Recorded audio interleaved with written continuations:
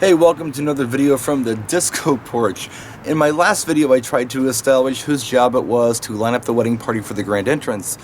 It's my opinion that this job belongs to the DJ, and I think that most wedding professionals like coordinators, catering, photographers would agree that the DJ usually handles this, so expect to handle it. It's part of our job description.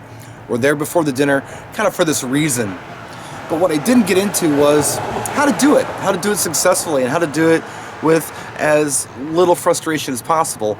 I'm going to tell you how I do it. And before I do that, I will tell you that sometimes this is the hardest thing I do all night. Dinner, entrance, hardest thing I do by far. DJing for people, that's a breeze. I know how to DJ. I'm pretty good at it. And I've been good at it since I was a kid. But sometimes this gets hard because you're dealing with other people. You have to rely on other people for the actual success of the grand entrance, and the people you're relying on are the wedding party. Now, what's going on with these people? They've been drinking in the limo, they're partying up, they maybe don't want to be in a tuxedo, but they're in a tuxedo, and they went through this whole ceremony thing, and maybe it was a long ceremony, maybe they had a lot of direction, and they started partying up in the limo, they're drinking, they're having a good time, it's all over. We don't have to do anything else. Wrong, you have to come into the room. So here's how I do it. Well before the wedding itself, well before the reception, like weeks, I get a list of the wedding party. I need to know who these people are. And I try to do first names just because last names are confusing to me, especially after my stroke, and I live in Wisconsin. There are a lot of Polish people, a lot of Greek people. The names can get tough. First names. And if you do last names, great, do that. And there's nothing wrong with that. In fact, it's great that you do it. But I do first names. It seems to be a little more intimate when I do that, and it seems to work fine. Nobody complains. But so I get them, and I get them in the order they're coming down the aisle. So I want the bride and groom last, and the first person that comes down the aisle first on my list. Couples. And I said bride and groom. This could be a gay wedding. It could be 2 men. It could be 2 women. And you don't want to screw this up. And I know some of you aren't doing this, but a lot of you are. I've got some experience with this, and it's quite easy once you put this in your head.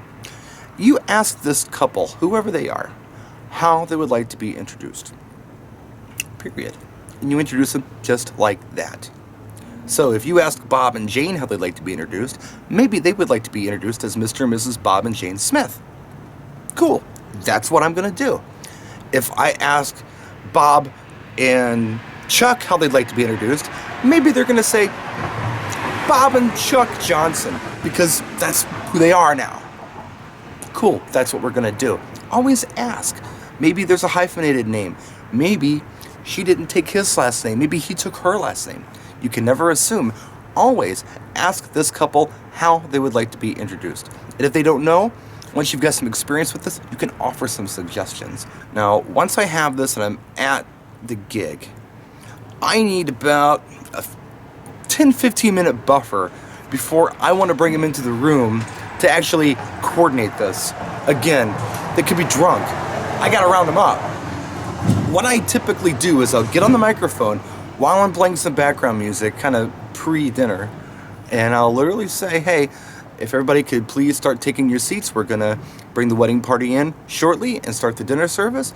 I need to see the wedding party out in the hallway, and I might even name off names of who needs to be out there.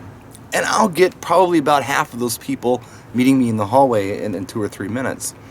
And once we get out there, we're going to establish who's missing. It's Bob, it's Uncle Joe, it's my college roommate, it's whoever. So sometimes I'll delegate jobs to people because I don't know what these people look like. I'll say, who can go get Bob for me? I'll get Bob.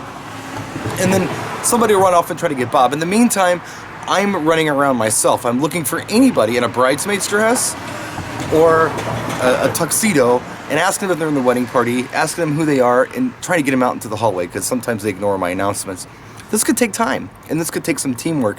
If your coordinator's there, maybe they can help you with this, but it's still your job to kind of do this and coordinate it. Okay, that's it.